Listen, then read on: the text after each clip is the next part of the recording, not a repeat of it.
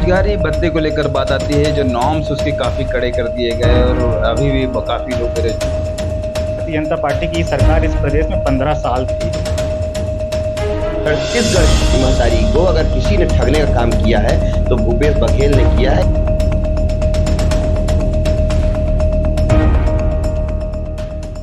Korea talk के इस कार्यक्रम टाइम टू टॉक में आपका हार्दिक स्वागत है। मैं हूं चंद्रकांत बारगे। आज हम फिर दो युवाओं के साथ आपके समक्ष उपस्थित हुए हैं। मेरे साथ बातचीत करने के लिए कांग्रेस की ओर से समाजशास्त्र में गोल्ड मेडलिस्ट और कांग्रेस के ब्लॉक अध्यक्ष राजीव गुप्ता जी हमारे साथ में हैं। मैं उनका इस कार्यक्रम में हार्दिक स्वागत करता हूं। बहुत बहुत धन्यवाद आपको इस कार्यक्रम में मुझे आमंत्रित करने के लिए। और मेरे साथ विश्व हिंदू परिषद से जुड़े रहे और फिर भाजपा के मंडल अध्यक्ष रहे और अब भाजपा के युवा मोर्चा के जिला अध्यक्ष हैं हितेश प्रताप सिंह, वो भी हमारे साथ हैं। उनका भी मैं हार्दिक स्वागत करता हूँ। भाजपा परिवार की ओर से, मेरी ओर से आप सभी को सादर प्रणाम। चर्चा की शुरुआत करते हैं। जो हमारे साथ दोनों युवा मेहमान हैं, मैं राजीव गुप्ता जी से सवाल करना चाहता हूँ। चूंकि सरकार उनकी है इस समय और युवाओं को लेकर मुख्यमंत्री जी और उनकी सरकार बड़े बड़े दावे करते हैं कि युवाओं को उन्होंने बहुत कुछ काफी कुछ लाभ दिया है। तो आइए मैं पूछता हूँ कि क्या किस तरह का लाभ मिला है? देखिए, 15 साल में जब भारतीय जनता पार्टी की सरकार थी तो उन्होंने अपने घोषणा पत्र में उस समय बेरोजगारी भत्ता का वादा किया था।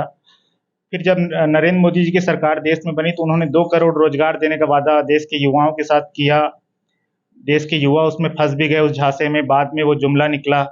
प्रदेश में जब कांग्रेस की सरकार बनी तो न सिर्फ शासकीय नौकरियों में की जो संख्या है उसमें वृद्धि आई, सरकार ने उद्यमिता निधि में जो बदलाव किया छत्तीसगढ़ में। सरकार चाहती थी कि केवल नौकरी के भरोसे ना रहें, जो युवा हैं वो उद्यमी बने, और इसलिए उन्होंने अपनी उद्यमिता निधि में परिवर्तन किया और 45% सब्सिडी उद्योग लगाने के लिए, अगर कोई युवा प्रदेश का 5 लाख रुपए से 2.5 करोड़ तक का उद्योग लगाना चाहता है तो उसको 45% नगद सब्सिडी सरकार दी। तीसरा, छत्तीसगढ़ की जो अर्थव्यवस्था बोल लीजिए या यहाँ का मुख्य व्यवसाय है वो कृषि है। जितना आमूलचूल परिवर्तन कृषि के क्षेत्र में माननीय भूपेश बघेल जी ने किया, जिसके कारण किसानों की संख्या में बड़ी वृद्धि हुई, जो धान खरीदी था उसमें वृद्धि हुआ। तो ये मान के चलिए आपकी युवाओं को फिर बेरोजगारी भत्ता, जिन युवाओं को हम इन दोनों जगह में सेट नहीं कर पाए, उनको जो फिर भी बेरोजगार रह गए उनको हमने बेरोजगारी भत्ता दिया। तो सरकार का मंशा कहीं ना कहीं है कि युवाओं को हमको विकास का जो मार्ग है उसमें लेके साथ में चलना है। तो कांग्रेस ने का दावा है कि युवाओं को उन्होंने रोजगार दिया है, बेरोजगारी भत्ता दिया है, और जो नरेंद्र मोदी जी का जो जुमला है 2 करोड़ नौकरियों का, क्या लगता है आपको? मैं तो बोलना चाहूँगा, केवल वो ये बताएं कांग्रेस के मित्र हमारे कि अभी के समय में जो सीजीपीएससी का इतना बड़ा घोटाला हुआ, 18 नौकरी जब सीजीपीएससी की नौकरियां, जिसमें कि आपके टामन सिंह सोनवानी का परिवार और साथ में भूपेश बघेल के जो कांग्रेस के जो नेता हैं, दिग्गज नेता, और कांग्रेस पार्टी से जुड़े हुए लोगों को जो नौकरियां दी गई, उसमें माननीय हाई कोर्ट बिलासपुर ने रोक लगाया और भारतीय जनता पार्टी युवा मोर्चा ने उसमें लड़ाई लड़ी। माननीय भूपेश बघेल जी प्रदेश के हमारे सीएम हैं, तो उनसे मैं ये पूछना चाहता हूं उनकी पार्टी से कि अभी के समय पे भूपेश बघेल जी ने कहा बेरोजगारी भत्ता हमने दी। बेरोजगारी भत्ता अगर आज भी वो देना चाहेंगे ना तो 12,000 करोड़ रुपए से ऊपर ही बेरोजगारी भत्ता उनको देना पड़ेगा। और यूथ को केवल यूथ का नाम लेकर के छलने का काम अगर किसी ने किया तो बेरोजगारी भत्ता के नाम पे जो सबसे बड़ा छला है यूथ को, तो कांग्रेस की सरकार ने छला है। और सीजीपीएससी घोटाला छोटा मोटा घोटाला नहीं है। आप ये देखिए, टामन सिंह सोनवानी की बहू, टामन सिंह सोनवानी का बेटा भूपेश बघेल के खास आदमी है ये लोग। इस पे तो जांच के लिए नरेंद्र मोदी जी ने कहा है कि अगर सरकार आई जांच करेंगे। तो बिल्कुल, भाजपा ने 15 साल में युवाओं को लिए किस तरह के चीजें की, ये बताइए मुझे। भारतीय जनता पार्टी ने युवाओं के लिए रोजगार के कई संसाधन दिए और उस समय नौकरियां, कहा जाए तो नौकरियां जो थी उस समय रमन सिंह जिस टाइप का दे रहे थे लोगों को, यूथ को, आज वो नौकरियां यहाँ पर आप बताइए, जब अभी की जो सरकार है कांग्रेस की, वो देने में सक्षम है, नहीं है। 15 साल अगर भारतीय जनता पार्टी को अगर यहाँ की जनता ने अपना मत देकर के उनकी सरकार बनाई है तो निश्चित तौर पर रमन सिंह जी की सफलता रही होगी यूथ के प्रति, लोगों के प्रति, तब जाकर के इतने लंबे समय तक रमन सिंह की सरकार रही। तो उनका मतलब आरोप है सीधा कि युवाओं जिस तरह से पीएससी में घोटाले हुए हैं, तो उससे उससे लोग एक युवाओं में जो निराशा का भाव है इस तरह कि पहली नज़र में अगर किसी अधिकारी के बेटे का सिलेक्शन या नेता के बेटे का सिलेक्शन होता है तो पहली नज़र में वो संदेहास्पद लगता है, लेकिन इतिहास में कभी ऐसा नहीं रहा कि नेता का पुत्र होना या अधिकारी का पुत्र होना, वो अधिकारी का पुत्र किसी परीक्षा को क्वालिफाई नहीं कर सकता, ऐसा तो नहीं है।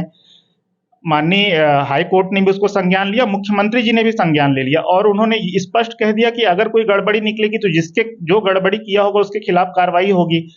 तो मेरा मेरा सोचना पर्सनली ये है कि अगर कोई संदेह आया है जनता के मन में, युवाओं के मन में, प्रदेश वासियों के मन में, तो उस संदेह को एक उचित न्याय का जो फोरम है उसमें जांच करा के जो दूध का दूध और पानी का पानी हो जाना चाहिए।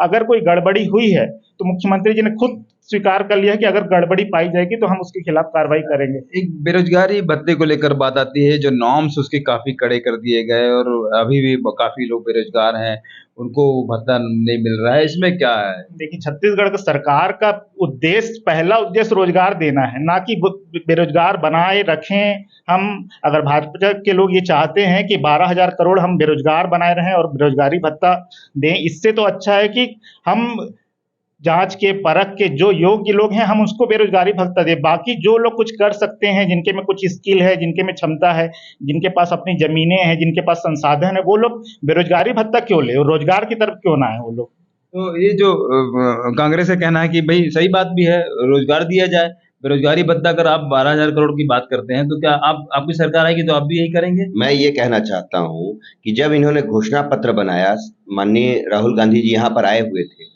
गंगा जल हाथ में लेकर के जो झूठी कस्में यहाँ पर खाई गई, कहा गया कि हम सत्ता में आएंगे तो बेरोजगारों को बेरोजगारी भत्ता देंगे। जो रेट हमको पहले 1,500-1,200 रुपए में टाली में मिल जाता था, आज 2,500 रुपए मिल रहा है। प्रधानमंत्री आवास योजना जो केंद्र सरकार की थी और राज्य सरकार उसमें सहयोग करती थी, तो उसको रोका गया। उसके लिए भारतीय जनता पार्टी ने लड़ाई लड़ा। अब ये कह रहे हैं कि बेरोजगारों को बेरोजगारी भत्ता भी जो बोल रहे हैं, ये बेरोजगारी भत्ता के विषय में कि हमको नहीं देना है, हम चाह रहे हैं कि लोगों को रोजगार दें। तो रोजगार कितने लोगों को दिया इन्होंने, कितनी नौकरियां दी यहाँ पर, और फिर जब दी है तो मैं पूछना चाहता हूं कि फिर उन्होंने क्यों इस बात को कहा होता उस समय, जब इनको जब जिस समय पे इनके लोग आए हुए थे, यहाँ पर वरिष्ठ नेता आए हुए थे, तो इन्हें घोषणा पत्र में इसको शामिल ही नहीं करना था। तो क्या भाजपा अगर सरकार में आती है तो क्या बेरोजगारी भत्ता चालू रहेगी या और बढ़ेगी? अगर भारतीय जनता पार्टी की सरकार बनती है, वो तो अब घोषणा पत्र अभी आएगा हमारा, उसमें हमारे जो ऊपर के हमारे वरिष्ठ नेता हैं वो क्या डिसाइड करते हैं वो उसी समय पता चलेगा। लेकिन हम लोगों के द्वारा जब पूछा गया, मतलब भारतीय जनता पार्टी के सदस्य होने के नाते मैंने जब अपनी बातों को रखा है, हमारे जिला अध्यक्ष जी ने रखा है, तो हम लोगों का कहना है कि हमारे लोगों को नौकरियां मिले, छत्तीसगढ़ के लोगों को नौकरियां मिले। बेरोजगारी भत्ता का हम वो नहीं कर रहे हैं, बेरोजगारी भत्ता का पक्ष नहीं ले रहे हैं, लेकिन जिस प्रकार से भूपेश बघेल जी ने ठगने का काम किया, मैं उस बात को बोल रहा हूँ कि उनको कहना ही नहीं था कि हम बेरोजगारी भत्ता देंगे युवाओं को। जो आरोप है भाजपा का कि घोषणा पत्र में इस तरह की बातें पहले हुई थी, तो अब उनका सवाल जायज है इस तरह से? देखिए, वो कह रहे हैं कि भारतीय जनता पार्टी की सरकार आएगी तो ऐसा करेंगे। भारतीय जनता पार्टी की सरकार इस प्रदेश में 15 साल थी। 15 साल एक युग होता है आज के जमाने में। तो अब अगर वो कहेंगे कि हम ये करेंगे, हम वो करेंगे, केवल सरकार 5 साल की मत मानिए भूपेश बघेल जी की सरकार को। इस सदी की सबसे बड़ी त्रासदी इसी सरकार ने फेस की। ये सरकार केवल 3 साल चली है।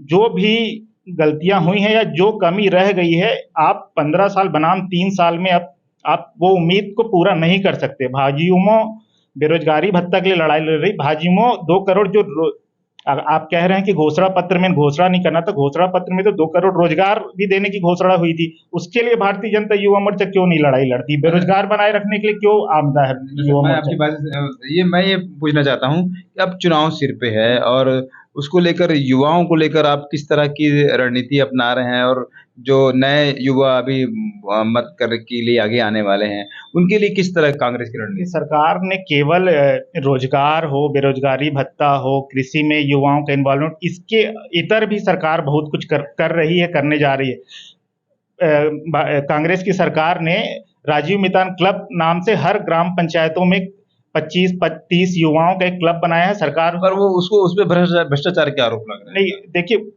किसी भी योजना के शुरुआती कुछ समय में, आप शुरू के 6 महीने और 1 साल में आप उस व्यवस्था को बनाने में, समझने में, जब कोई नई चीज इंप्लीमेंट होती है तो थोड़ी सी समस्या आती है।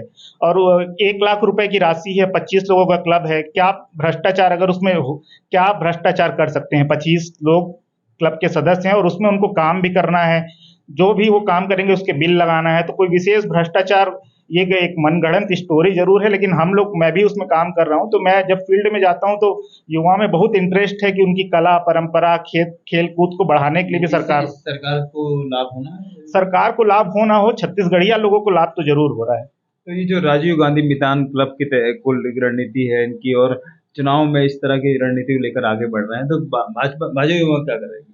मैं ये पूछना चाहता हूँ हमारे कांग्रेस के मित्र से कि राजीव मितान क्लब जो बना हुआ है, क्या उसमें ग्रामीण स्तर पे उनके लोग जो कांग्रेस से जुड़े हुए हैं उनको अध्यक्ष नहीं बनाया गया है?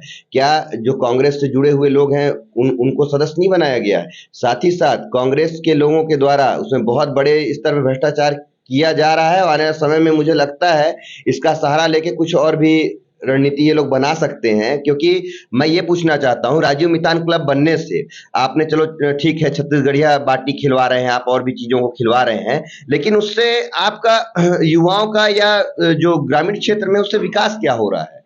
आप ये बताएं ना कि विकास क्या हुआ उससे। आज इनकी विधायक हैं यहाँ, इनके लोग हैं यहाँ, हमारे ग्रामीण क्षेत्रों में आज 5 साल होने को अब आया है इनका।